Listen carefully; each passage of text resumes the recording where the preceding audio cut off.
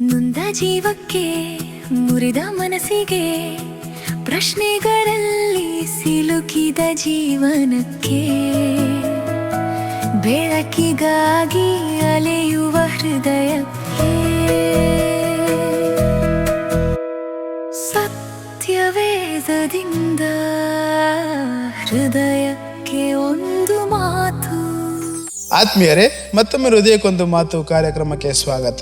ಪ್ರಿಯರೇ, ಇಂದು ನಾವು ನೋಡ್ಲಿಕ್ಕಿರುವಂಥದ್ದು ಆದಿಕಾಂಡ 36ನೇ ಅಧ್ಯಾಯ, ವಚನಗಳು 1ರಿಂದ 43.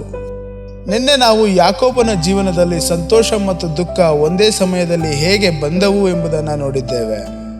ಇಂದು ನಾವು ಒಂದು ವಿಭಿನ್ನವಾದಂಥ ಒಂದು ಭಾಗಕ್ಕೆ ಬರುತ್ತೇವೆ. ಪ್ರಿಯರೇ, ಇದು ಕಥೆಯಂತೆ ಕಾಣುವುದಿಲ್ಲ, ಇದು ಹೆಸರುಗಳ ಪಟ್ಟಿಯಂತೆ ಕಾಣುತ್ತದೆ. ಆದರೆ ಈ ಭಾಗವು ಸಹ ಬಹಳ ಮಹತ್ವ ಹೊಂದಿರುವಂಥ ಭಾಗವಾಗಿದೆ.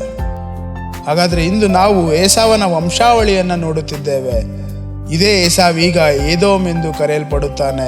ಇದು ಒಂದು ಪ್ರಾಮುಖ್ಯವಾದಂಥ ಒಂದು ಬದಲಾವಣೆ ಪ್ರಿಯರೇ. ಯಾಕೆಂದರೆ ಒಬ್ಬ ವ್ಯಕ್ತಿ ಈಗ ಒಂದು ಜನಾಂಗದ ಆರಂಭವಾಗಿದ್ದಾನೆ. ಇದು ನಮಗೆ ಏನು ತೋರಿಸುತ್ತದೆ ಎಂಬುದಾಗಿ ನಾವು ನೋಡುವಾಗ, ದೇವರ ಕೆಲಸವು ಕೇವಲ ವ್ಯಕ್ತಿಗಳ ಮಟ್ಟದಲ್ಲಿ ಮಾತ್ರವಲ್ಲ, ಅದು ಕುಟುಂಬಗಳಲ್ಲೂ ಜನಾಂಗಗಳಲ್ಲೂ ನಡೆಯುತ್ತದೆ ಎಂಬುದನ್ನು ತೋರಿಸುವಂಥದ್ದಾಗಿದೆ. ಪ್ರಿಯರೇ, ಈ ಅಧ್ಯಾಯದಲ್ಲಿ ನಾವು ಏಸಾವನ ಹೆಂಡತಿಗಳು, ಮಕ್ಕಳು, ನಾಯಕರು ಮತ್ತು ರಾಜರ ಬಗ್ಗೆ ಓದುತ್ತೇವೆ. ಇದು ಒಂದು ಸಾಮಾನ್ಯವಾದಂಥ ಪಟ್ಟಿಯಲ್ಲ, ಇದು ದೇವರು ಕೊಟ್ಟ ಮಾತನ್ನ ಹೇಗೆ ನೆರವೇರಿಸುತ್ತಾ ಇದ್ದಾರೆ ಎಂಬುದರ ಒಂದು ಸಾಕ್ಷಿಯಾಗಿದೆ.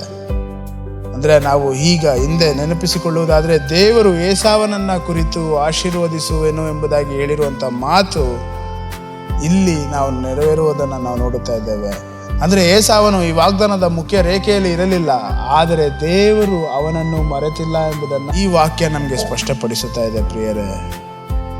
ಹಾಗಾದರೆ ಇಲ್ಲಿ ನಾವು ನೋಡುತ್ತಾ ಇರುವಂಥದ್ದು, ಏಸಾವನು ಈ ವಾಗ್ದಾನದ ಮುಖ್ಯ ರೇಖೆಯಲ್ಲಿ ಇರದೇ ಇದ್ದಂಥ ಸಂದರ್ಭದಲ್ಲೂ ಈ ವಾಗ್ದಾನ ನೆರವೇರುತ್ತಾ ಇದೆ ಎಂಬುದನ್ನು ನಾವು ನೋಡುತ್ತಾ ಇದ್ದೇವೆ. ಏಸಾವನ ಸಂತಾನವು ದೊಡ್ಡ ಜನಾಂಗವಾಗಿ ಬೆಳೆಯುತ್ತದೆ. ಅವರಿಗೆ ನಾಯಕರು ಬರುತ್ತಾರೆ, ಅವರಿಗೆ ರಾಜರು ಬರುತ್ತಾರೆ. ಪಾಠವು ಹೇಳುತ್ತದೆ, ಇಸ್ರಾಯೇಲ್ಗೆ ರಾಜರು ಬರುವ ಮೊದಲೇ ಏದೋಮ್ನಲ್ಲಿ ರಾಜರು ಇದ್ದರು ಎಂಬುದಾಗಿ. ಇದು ನಮಗೆ ತೋರಿಸುವಂಥದ್ದು, ದೇವರು ರಾಷ್ಟ್ರಗಳ ಇತಿಹಾಸವನ್ನ ನಡೆಸುತ್ತಾ ಇದ್ದಾರೆ, ರೂಪಿಸುತ್ತಾ ಇದ್ದಾರೆ. ಇಲ್ಲಿ ಇನ್ನೊಂದು ಮುಖ್ಯವಾದಂಥ ಸತ್ಯ ಅಡಗಿದೆ ಪ್ರಿಯರೇ. ಏಸಾವ್ ಮುಖ್ಯ ವಾಗ್ದಾನದ ಭಾಗವಾಗಿರಲಿಲ್ಲ. ದೇವರ ವಿಶೇಷ ಯೋಜನೆಯು ಯಾಕೋಬನ ಮೂಲಕ ಸಾಗುತ್ತದೆ ಎಂಬುದಾಗಿ ನಮಗೆ ತಿಳಿದಿತ್ತು. ಆದರೆ ಅದರಿಂದ ಏಸಾವ್ ದೇವರ ಆಶೀರ್ವಾದದಿಂದ ಹೊರಗಿದ್ದಾನೆ ಎಂಬುದಾಗಿ ಅರ್ಥವಲ್ಲ ಪ್ರಿಯರೇ. ದೇವರ ಕೃಪೆ ಸೀಮಿತವಲ್ಲ, ಅದು ದೇವರು ವಿಭಿನ್ನ ರೀತಿಯಲ್ಲಿ ಕೆಲಸ ಮಾಡುತ್ತಾರೆ. ಇಲ್ಲಿ ಏಸಾವನ ಜೀವನದಲ್ಲಿ ನಾವು ನೋಡುವಾಗ ಒಂದು ಸ್ಥಿರತೆ ಮತ್ತು ಭೌತಿಕ ಯಶಸ್ಸನ್ನು ನಾವು ನೋಡುತ್ತೇವೆ. ಅಂದರೆ ಏಸಾವನ ಸಂತಾನವು ಬಲವಾದ ಸಮಾಜವಾಗುತ್ತದೆ, ಆದರೆ ಆತ್ಮೀಯ ಕಥೆ ಇನ್ನೂ ಇಸ್ರಾಯೇಲ್ನ ಮೂಲಕ ಮುಂದುವರಿಯುತ್ತದೆ ಎನ್ನುವುದು ಮಾತ್ರ ಸತ್ಯ. ಇದು ನಮಗೆ ಒಂದು ಸಮತೋಲನವನ್ನು ಕಲಿಸುತ್ತದೆ ಪ್ರಿಯರೇ. ಯಶಸ್ಸು ಹಲವಾರು ರೀತಿಯಲ್ಲಿ ಬರಬಹುದು, ಆದರೆ ದೇವರ ಯೋಜನೆ ಇನ್ನೂ ತನ್ನ ದಾರಿಯಲ್ಲಿ ಮಾತ್ರ ಸಾಗುತ್ತದೆ. ಆತ್ಮೀಯರೇ, ಈ ಅಧ್ಯಾಯವು ನಮಗೆ ಒಂದು ದೊಡ್ಡ ದೃಷ್ಟಿಕೋನವನ್ನು ಕೊಡುತ್ತದೆ.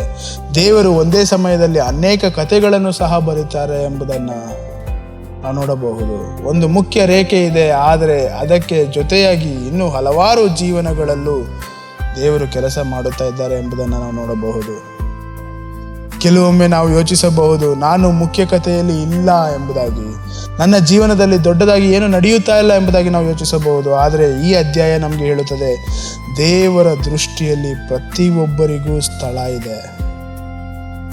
ಹಾಗಾದರೆ ಇಂದಿನ ವಾಗ್ದಾನ, ದೇವರು ನಮ್ಮ ಜೀವನಕ್ಕೂ ಉದ್ದೇಶ ಹೊಂದಿದ್ದಾರೆ. ನಾವು ದೊಡ್ಡ ಪಾತ್ರದಲ್ಲಿದ್ದೀವೋ ಅಥವಾ ಸಣ್ಣ ಪಾತ್ರದಲ್ಲಿದ್ದೀವೋ ಎಂಬುದು ಮುಖ್ಯ ಅಲ್ಲ, ದೇವರ ಕಥೆಯಲ್ಲಿ ನಾವು ಅಗತ್ಯವಾಗಿದ್ದೇವೆ. ಹಾಗಾದರೆ ನಾವು ಕೈಗೊಳ್ಳಬೇಕಾಗಿರುವಂಥ ಆಜ್ಞೆ, ನಮ್ಮನ್ನು ಇತರರೊಂದಿಗೆ ಹೋಲಿಸಿಕೊಳ್ಳದೆ, ಅಸೂಯೆ ಮಾಡದೆ, ದೇವರು ನನ್ನ ಜೀವನದಲ್ಲಿ ಮಾಡುತ್ತಾ ಇರುವಂಥ ಕೆಲಸವನ್ನು ನಾವು ಗೌರವಿಸಬೇಕು. ದೇವರ ಮೇಲೆ ನಂಬಿಕೆಯನ್ನು ಇಟ್ಟು ಮುಂದೆ ಸಾಗಬೇಕು. ಪ್ರಿಯರೇ, ಇಂದು ಇದನ್ನು ನೆನಪಿಟ್ಟುಕೊಳ್ಳೋಣ. ಏಸಾವ್ ಮುಖ್ಯ ವಾಗ್ದಾನದ ಭಾಗವಾಗಿರಲಿಲ್ಲ, ದೇವರ ಕೃಪೆಯಿಂದನೂ ಸಹ ಹೊರಗಿರಲಿಲ್ಲ. ಹಾಗಾದರೆ ಇಂದು ನಾವು ಎಲ್ಲಿ ನಿಂತಿದ್ದೇವೆ ಎಂಬುದು ಮುಖ್ಯ ಅಲ್ಲ ಪ್ರಿಯರೇ. ದೇವರು ಇನ್ನು ನಮ್ಮ ಜೀವನದಲ್ಲೂ ಕೆಲಸ ಮಾಡುತ್ತಾ ಇದ್ದಾರೆ ಎನ್ನುವಂಥದ್ದು ಮುಖ್ಯ. ಮತ್ತೆ ಮುಂದಿನ ಸಂಚಿಕೆಯಲ್ಲಿ ಭೇಟಿಯಾಗೋಣ. ಅಲ್ಲಿಯವರೆಗೂ ದೇವರು ನಮ್ಮ ಜೀವನದಲ್ಲಿ ಮಾಡುವಂಥ ಕೆಲಸವನ್ನು ಗೌರವಿಸುವಂಥ ಜೀವನ ನಮ್ಮದಾಗಿರಲಿ. ಆಮೇನ್. ದುಂದ ಜೀವಕ್ಕೆ ಮುರಿದ ಮನಸ್ಸಿಗೆ ಬೆಳಕನ್ನು ಹುಡುಕುವ ಹೃದಯಕ್ಕೆ ಸತ್ಯವೇದದಿಂದ ಹೃದಯಕ್ಕೆ ಒಂದು